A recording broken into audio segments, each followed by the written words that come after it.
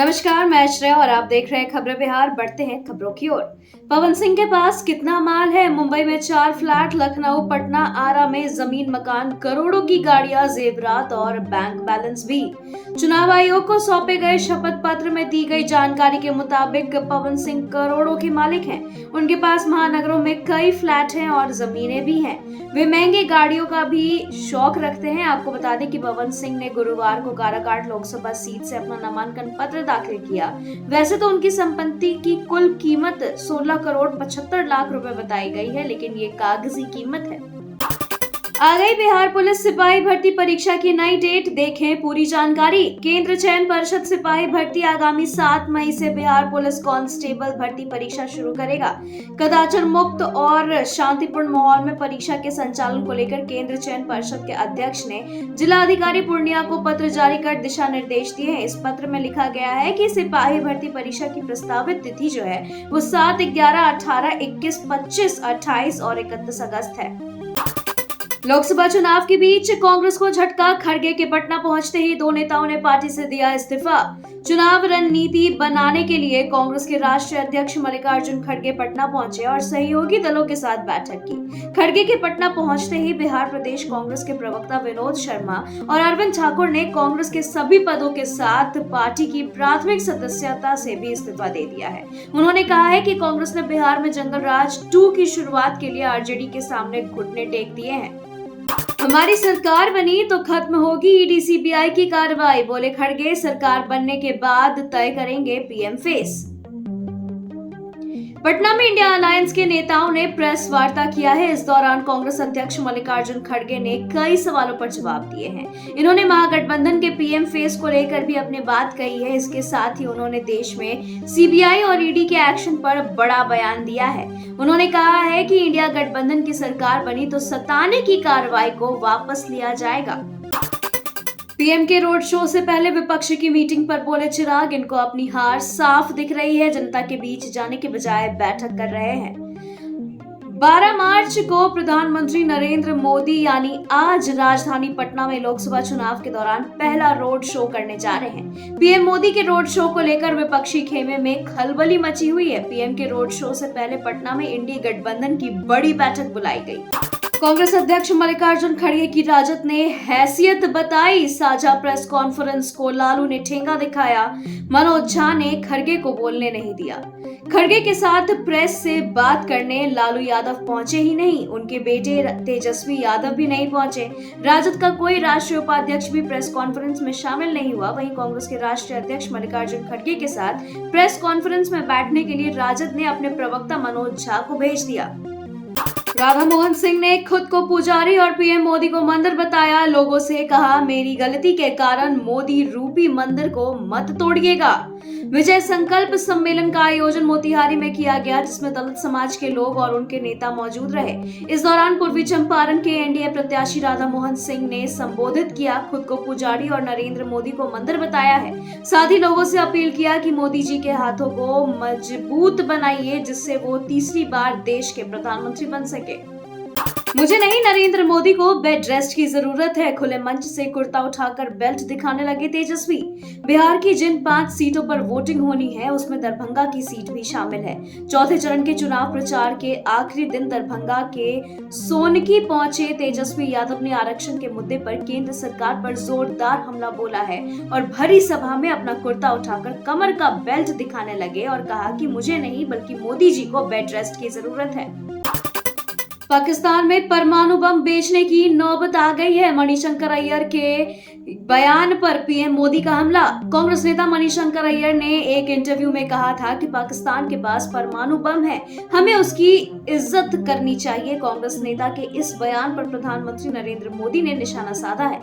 PM Modi ने कहा है कि उड़ीसा के कंधमाल में एक चुनावी जनसभा में कि कांग्रेस बार बार अपने ही देश के लोगों को डराने की कोशिश करती है, लेकिन पाकिस्तान की हालत ऐसी हो गई है कि उसे बम बेचने की नौबत आ गई है, लेकिन उसे खरीदने वाला कोई नहीं है।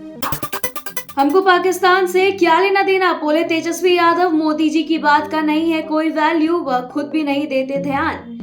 बिहार के नेता प्रतिपक्ष तेजस्वी यादव ने पीएम मोदी से तीखा सवाल किया है। तेजस्वी ने पूछा है कि पीएम साहब, हमें पाकिस्तान से क्या लेना देना है? हम तो रोजगार, किसान, मजदूर, आम जनता से मतलब रखते हैं। आपने कहा था कि विदेशों से काला धन वापस लाएंगे, लोगों के खाते में 15 लाख रुपए देंगे, सभी को पक्का मकान देंगे, महंगाई, बेरोजगारी और गरीबी खत्म कर देंगे, किसानों की आय दुगनी कर देंगे, इसलिए आप इस पर बात कीजिए।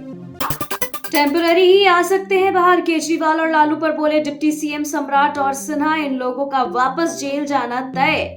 बिहार के उप मुख्यमंत्री सम्राट चौधरी और विजय सिन्हा ने बड़ा हमला बोला है। सम्राट चौधरी ने कहा है कि जो भ्रष्टाचार करेगा उसको जेल जाना ही होगा। लालू जी बीमारी के नाम पर बाहर आ सकते हैं और केजरीवाल टेम्पररी बाहर आ सकते हैं, लेकिन वापस से इन लोगों को जेल ही जाना होगा। ये लोग कहीं भी नजर नहीं आने वाले हैं।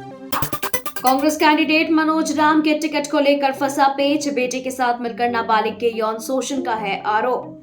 बिहार के अंदर 7वें चरण में 8 लोकसभा सीटों पर चुनाव होना है। इसमें सासाराम भी शामिल है, जहां से एनडीए के विरोध में महागठबंधन की तरफ से कांग्रेस के उम्मीदवार मनोज राम चुनावी मैदान में है। लेकिन वोटिंग से पहले ही इनके टिकट को लेकर मामला फंसता हुआ नजर आ रहा है। इसकी वजह यह है कि इनके ऊपर यौन शोषण का आरोप है।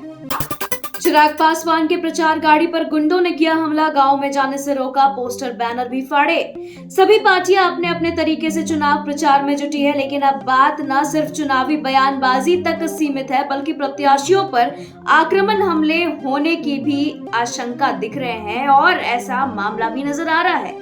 यह ताजा मामला हाजीपुर से निकलकर सामने आया है, जहां एनडीए कैंडिडेट और लोजपा रामविलास के मुखिया चिराग पासवान की प्रचार गाड़ी पर गुंडों ने हमला कर दिया है। इन लोगों ने चिराग पासवान की गाड़ी को गांव में जाने से ही रोक दिया।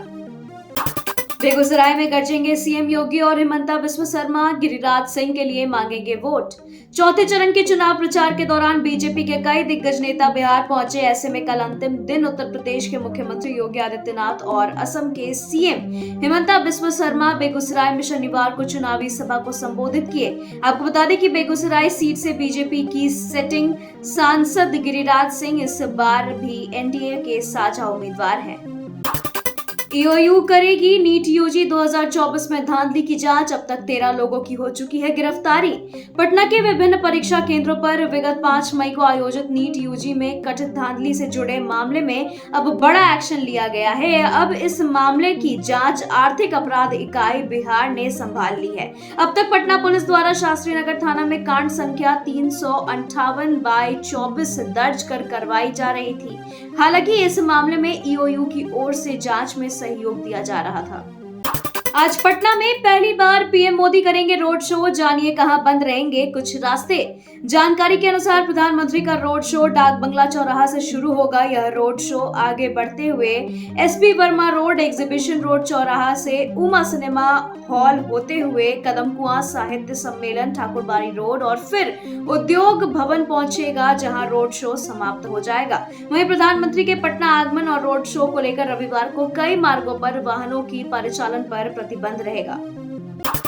पटना साहिब सीट हार रहे बीजेपी, दीपांकर बोले डर के कारण रोड शो कर रहे नरेंद्र मोदी।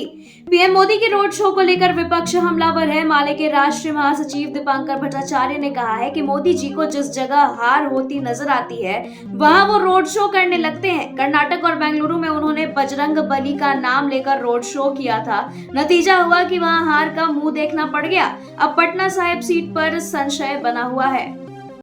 वोटिंग से पहले लखीसराय के होटलों में ताबड़तोड़ छापेमारी, मॉडिफाई हथियार के साथ कई लोग गिरफ्तार। बिहार में 13 मई को चौथे चरण का मतदान होना है। इस चरण में जिस लोकसभा सीट की चर्चा सबसे अधिक है वह सीट है मुंगेर लोकसभा। यहां मतदान से पहले लखीसराय के होटलों में ताबड़तोड़ छापेमारी की गई है। यहां से मॉडिफाई हथियार के साथ कई लोगों को गिरफ्तार कर लिया गया है। इस दौरान गढ़ी चौक स्थित होटल बुद्धा रेजिडेंट में छापेमारी के दौरान हथियार भी बरामद किए गए हैं। बीपीएससी शिक्षक पेपर लीक का खुलासा, उज्जैन से गिरफ्तार हुआ मास्टरमाइंड, एमबीबीएस पास है मुख्य आरोपी।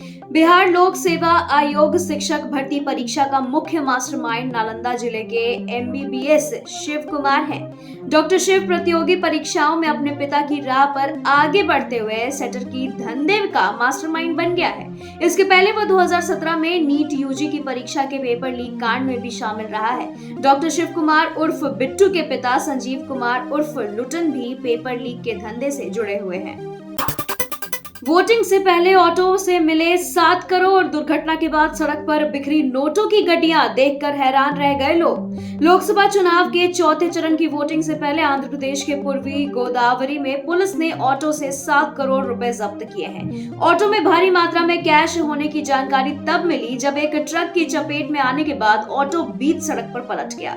हादसे के बाद सड़क पर नोटों की गड्डियां देखकर लोग दंग रह गए और पुलिस को इस बात की जानकारी दी गई। ओलंपिक 2036 की मेजबानी पर अनुराग ठाकुर ने कहा, हम तैयार हैं, अन्य दावेदारों का आसानी से कर सकते हैं मुकाबला। अनुराग ठाकुर ने 2036 में होने वाले ओलंपिक खेलों की मेजबानी को लेकर बयान दिया है। उन्होंने कहा है कि देश अन्य दावेदारों का मुकाबला करने में सक्षम है। अंतर्राष्ट्रीय ओलंपिक समिति के नए अध्यक्ष का चुनाव अगले साल होना है। ऐसे में 2036 के ओलंपिक खेलों के मेजबान का फैसला 2026 या 27 से पहले होने की संभावना नहीं है। कोच किम ह्यूंग तक ने कहा, मजबूत तकनीकी अभ्यास से भारत को ओलंपिक में अच्छे नतीजे मिलेंगे। किम ने सोनीपत में भारतीय खेल प्राधिकरण के राष्ट्रीय उत्कृष्टता केंद्र में कोचों के सेमिनार का संचालन के बाद कहा है कि भारतीय रिकर्व टीम ने काफी दमदार तकनीकी अभ्यास किया है। इससे उन्हें ओलंपिक में अच्छे नतीजे मिलने में मदद मिलेगी। कानूनी पचड़े में फंसी बॉलीवुड एक्ट्रेस करीना कपूर, हाईकोर्ट ने नोटिस भेजा।